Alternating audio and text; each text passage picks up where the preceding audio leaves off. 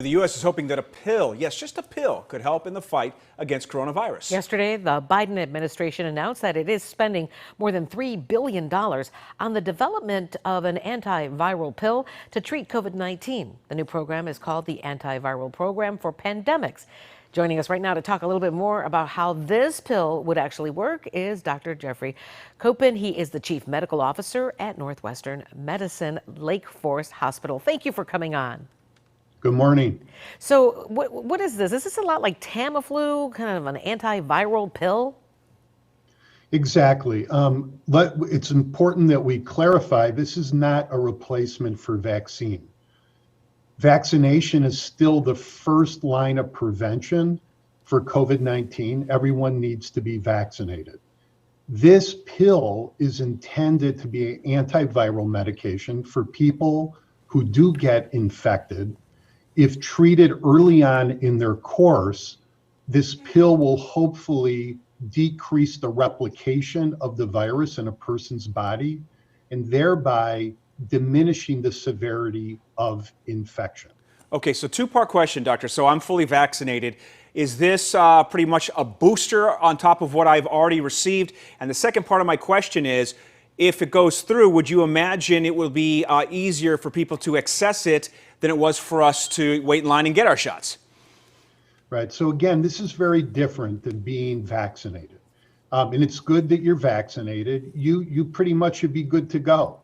This is for people who are still going to get infected.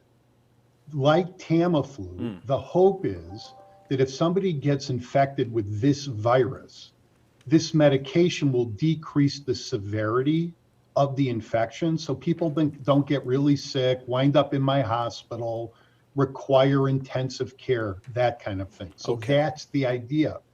The wonderful thing about this medication, should it prove effective, is that it is an oral medication. It's a capsule that we would swallow, doesn't require an injection, and unlike something like monoclonal antibody therapy, which we currently have, that we give to people who are infected early in their course, by being given orally, we don't need to give intravenous infusion, which is difficult to do. Swallow a capsule, hopefully it will decrease the severity of the infection, and someone with COVID-19 would get better much quicker than they would without that. So that's the hope, and that's what the $3 billion is going for. I understand we said at the beginning of this that this is for the development of this antiviral pill. What stage are we at right now with this? Is it just an idea? Are they already kind of creating something in the labs, testing things? Where are we at?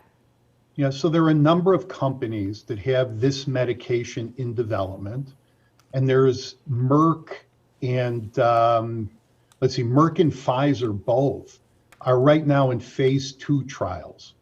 They need to do a phase 3 trial in order to go to the FDA to ask for an emergency use authorization. Part of the money that the White House earmarked for this need will allow companies that are ready to move into the phase 3 trial to move more quickly. Part of the money also is earmarked for the manufacture of the medication, just like we did with the vaccines. Even before the emergency use authorization was granted by FDA, Pfizer and Moderna and Johnson & Johnson were able to begin manufacture of their vaccines. So the vaccines were ready to go in large numbers on day one. The hope would be, after the phase 3 trials are completed, we would be able to have this medication available right away so physicians could prescribe it for appropriate patients.